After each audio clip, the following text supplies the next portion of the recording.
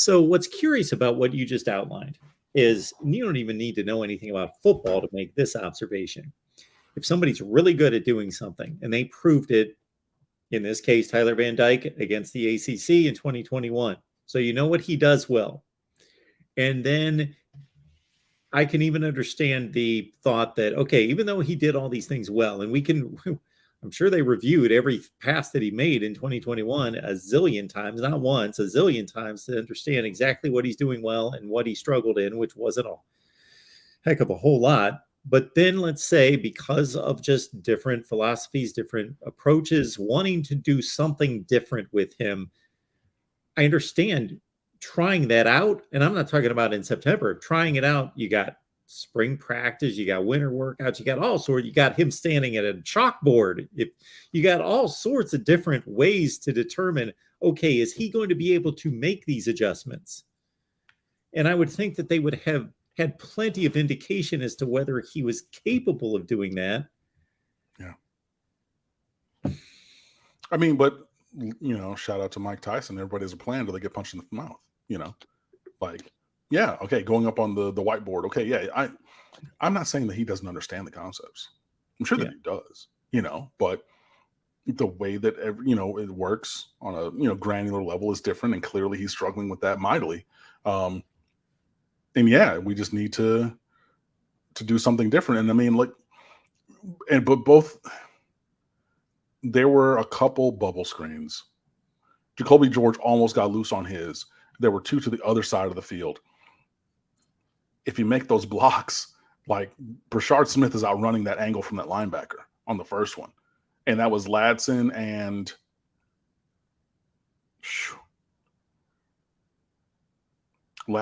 Redding, I want to say. But they whiffed on those two blocks. And if you're getting Brashard Smith going downhill with a linebacker trailing and a safety coming on an angle, maybe. Look, we saw a play like that last year with Jalen Knighton in the North Carolina game. 1-on-1 in space, going downhill, chop, chop, chop. I'm inside and gone, But the guys at the point of attack don't make their blocks. It's just, I don't want to sound like I'm parroting what the coaches said, but if you really watch the game, there were things that were done that could and would and were designed to be way more explosive than they were. But the breakdown was maybe the blocking. Maybe it was, the guy dropped the ball. Maybe it was, it's never come together. It's just been one person in the band not being together, right, makes it sound like crap.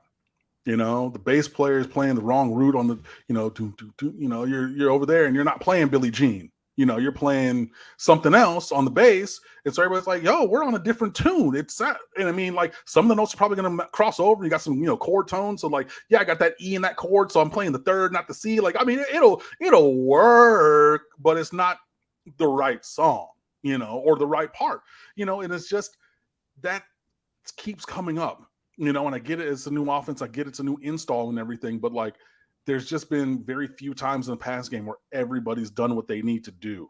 And that really is, I think, the thing that needs to change, because the structure is there to be good, and I'm not saying great, I'm not saying Lincoln Riley at USC, which is both the most efficient and explosive offense in America because he's a genius.